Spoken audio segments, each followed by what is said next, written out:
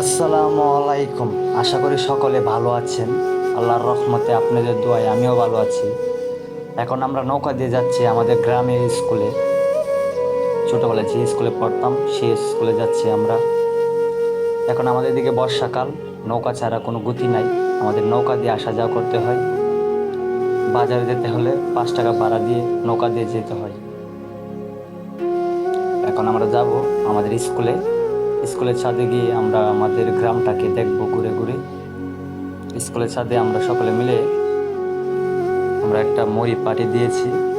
মুড়ি খাবো আর গ্রামের প্রাকৃতিক সৌন্দর্য দেখব। আমাদের গ্রামটা কার কাছে কেমন লাগে অবশ্যই কমেন্ট করে জানাবেন।